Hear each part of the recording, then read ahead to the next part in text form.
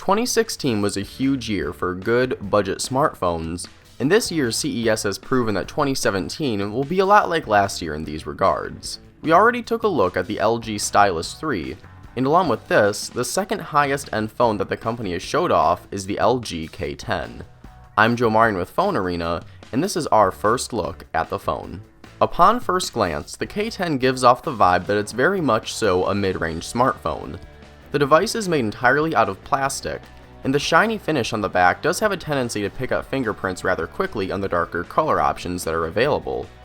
The all-plastic build might feel a bit less premium than what you'd find with phones featuring metal designs, but along with keeping the K10 very lightweight, it also allows you to remove and swap out the included 2800 mAh battery whenever you'd like, a rarity in the smartphone world in early 2017. In front of the K10 is where you'll find the 5.3-inch display, and this screen size strikes a nice balance between being compact enough to use with one hand and offering a large enough canvas for enjoyable media consumption. An LCD panel is being used here along with a resolution of 1280 by 720, and while the overall image it produces is a bit softer than what we usually like to see, colors are still fairly vibrant, text is easily readable, and the screen gets plenty bright.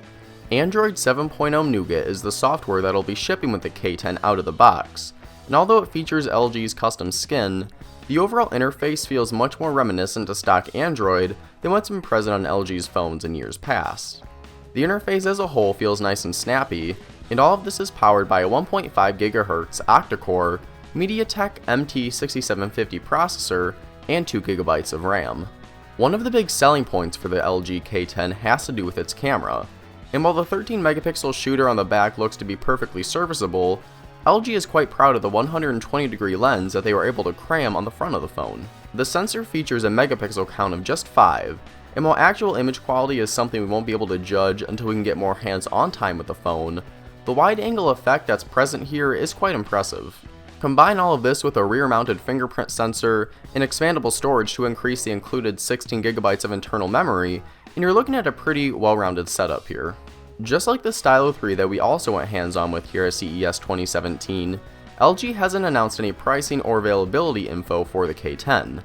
Our guess is that the phone will feature a price tag of around $150 or less, and if this turns out to be true, the LG K10 is shaping up to be a pretty comparable smartphone for not a lot of dough. There's still plenty to see here at the 2017 Consumer Electronics Show, so be sure to keep your sights set on both our YouTube channel and our website at PhoneArena.com. I've been Joe Marion with PhoneArena, thanks for watching, and I'll see you guys in the next video.